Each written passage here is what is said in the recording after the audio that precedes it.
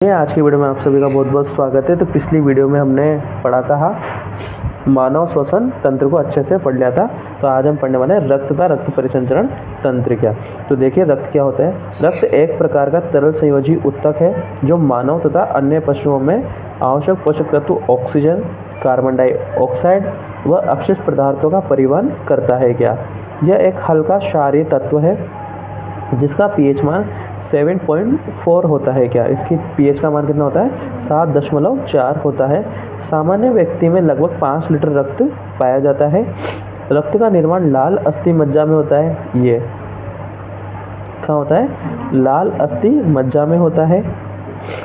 भ्रूण अवस्था में, भ्रूण मतलब कि जब शिशु बन रहा होता है, भ्रूण अवस्था में शिशुओं में रक्त का निर्माण प्लीहा, किसमें, प्लीहा में। यह आधा प है क्या, इसको इस प्रकार से लिखना, प्लीहा में होता है। अब प्लीहा को अपन बोलते हैं आरबीसी का कब्रिस्तान भी इसको कहा जाता है। अगर आपसे कोई पूछ ले कि आरबीसी का कब्रिस्तान किससे कहा जाता है तो प्लीहा को कहा जाता है क्या। देखिए अब आ रहा है रक्त संगठन क्या। देखिए रक्त का निर्माण किन किन चीज़ों से होता है, रक्त में कौन कौन सी कोशिकाएं, सारे इसके बारे में हमको पढ़ना है। तो इसमें हमने एक चार्ट बना दिया है क्या। तो देखिए चार्ट की सहायता से समझते हुए जाइए। देखिए रक्त का संगठन इसमें दो प्रकार के होते हैं। एक होता है प्लाज्मा जो कितना परसेंट होता है, कुल रक्त का 55% होता है, और 45% होती है रक्त कणिकाएं क्या। अब देखिए इस प्लाज्मा में क्या होता है, इसमें 92% तो इसमें जल होता है, वो 8% इसमें कार्बनिक तथा अकार्बनिक पदार्थ से मिलकर बना होता है। तो हमारे ब्लड को क्या करता है, ये लिक्विड फ्लो प्रदान करता है प्लाज्मा। जो हमारे रक्त में जो पानी से होता है ना, वो ये होता है प्लाज्मा क्या। अब देखिए रक्त कणिकाएं, ये होती है आरबीसी, लाल रक्त कणिकाएं, इनको अपन बोलते हैं इरिथ्रोसाइट भी इनको कहा जाता है। रेड ब्लड कार्पुसेल्स इनको इंग्लिश में बोलते हैं क्या।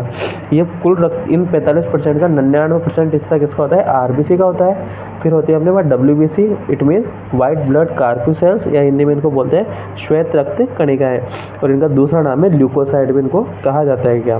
फिर एंड में आती है हमारे पास प्लेटलेट्स, जिसको अपन बिम्बाणु या थ्रोम्बोसाइट भी कहा जाता है क्या। तो इन सब से मिलकर क्या बनता है, हमारा रक्त बनता है। तो इसमें पहली चीज़ है प्लाज्मा। देखिए यह रक्त का द्रव भाग होता है। यह रक्त का 55% भाग का निर्माण करता है। प्लाज्मा में 92% जल व 8% क्या होता है, कार्बनिक तथा अकार्बनिक पदार्थ होते हैं। तो इसको आप लाइन को डायरेक्ट यहीं से याद रख लो कि भाई हमारा रक्त का, संपूर्ण रक्त का क्या होता है 55% हिस्सा होता है, जिसमें 92% तो क्या होता है जल होता है, वह 8% कार्बनिक तथा अकार्बनिक पदार्थ होते हैं क्या। अब आ रहा है अपने पास रक्त कणिकाएं। रक्त कणिकाएं 3 प्रकार की होती हैं, आरबीसी, डब्ल्यूबीसी और प्लेटलेट्स। फर्स्ट आ रही है अपने आरबीसी, इनको बोलते हैं लाल रक्त कणिकाएं, ये इंग्लिश में बोलते हैं रेड ब्लड कार्प्यूसेल्स इनको कहा जाता है क्या। ये कुल रक्त कोशिकाओं की या कणिकाओं का 99% भाग होती हैं। इन कोशिकाओं में हीमोग्लोबिन नामक श्वसन वर्णक पाया जाता है। आपसे क्वेश्चन पूछा जाए श्वसन वर्णक का नाम लिखे, तो श्वसन वर्णक का नाम क्या है, हीमोग्लोबिन। और यह हीमोग्लोबिन क्या करता है, हमारे ब्लड को लाल रंग प्रदान करता है। श्वसन वर्णक होता है। हीमोग्लोबिन के कारण ही रक्त का रंग लाल होता है। किसके कारण, हीमोग्लोबिन के कारण ही हमारा रक्त क्या होता है, लाल होता है। यह कोशिका केंद्रक विहीन होती है, मतलब इसमें केंद्रक नहीं पाया जाता। किसमें, लाल रक्त कणिकाओं में केंद्रक नहीं पाया जाता। इसकी औसत आयु 120 दिन होती है। कितनी होती है, 120 दिन में क्या है, हमारा ब्लड पूरा रिन्यू हो जाता है। इन्हें इरिथ्रोसाइट भी कहते हैं। ठीक है, लाल रक्त कणिकाओं को अपन इरिथ्रोसाइट भी कहते हैं।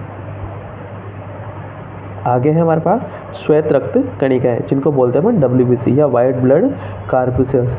यह प्रतिरक्षा प्रदान करती है। भाई यह क्या करेगी, हमें डब्ल्यूबीसी प्रतिरक्षा प्रदान करती है। प्रतिरक्षा क्या होता है, हमारे शरीर में रोगों से लड़ने की क्षमता को अपन बोलते हैं प्रतिरोधक क्षमता या प्रतिरक्षा क्षमता भी उनको कहा जाता है क्या। जितनी भी बीमारियां हमारे शरीर में हो रही है, अगर आपकी डब्ल्यूबीसी की काउंटिंग अगर कम नहीं हुई है तो आप जल्दी ही स्वस्थ हो जाते हो, क्योंकि क्या है, हमारे शरीर में रोगों से लड़ने की क्षमता श्वेत रक्त कणिकाओं के पास ही होती है क्या। इन्हें ल्यूकोसाइट भी कहते हैं। क्या बोलते हैं इन्हें, ल्यूकोसाइट कहते हैं। इन कोशिकाओं में हीमोग्लोबिन अनुपस्थित होता है। अब जैसे इनमें हीमोग्लोबिन अनुपस्थित होगा, इसीलिए क्या है, ये श्वेत कलर की होती है क्या। अगर इनमें हीमोग्लोबिन पाया जाता तो ये भी क्या होती है, लाल रंग की होती, जिस कारण ये रंगहीन होती है, कलरलेस होती है। श्वेत रक्त कणिकाएं कहलाती हैं, होती हैं। इनमें केंद्रक पाया जाता है, और केंद्रक पाने के साथ ही क्या होती है, ये मोटी होती है। क्यों, क्योंकि इनमें केंद्रक प्रेजेंट होता है, इनमें केंद्रक नहीं होता। अगर इनका आकार पूछे लाल रक्त कणिकाओं का, तो कह दीजिए कि ये तस्त्री नुमा होती है क्या। ठीक है, प्लेट नुमा होती है क्या, और ये क्या होती है, गोल होती है, क्योंकि इनमें केंद्रक पाया जाता है क्या। अब आ रहा है हमारे प्लेटलेट्स। देखिए इन्हें थ्रोम्बोसाइट भी कहते हैं, इनको क्या बोलते हैं, थ्रोम्बोसाइट भी कहते हैं। रक्त में इनकी संख्या लगभग 3 से 4 लाख होती है। बिम्बाणु, इनको हिंदी में बिम्बाणु बोलते हैं। बिम्बाणु की औसत आयु 10 दिन की होती है। ये बिम्बाणु मुख्य रूप से रक्त का थक्का जमाने का कार्य करती है। प्लेटलेट्स ये केंद्रक विहीन होती है, और ये भी क्या होती है, केंद्रक विहीन होती है क्या।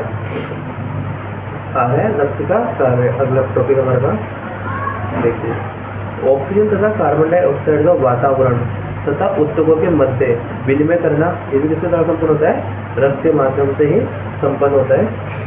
पोषक तत्वों का शरीर में विभिन्न स्थानों पर परिवहन करना, शरीर के पीएच को नियंत्रित करना तथा शरीर के ताप को नियंत्रित करना,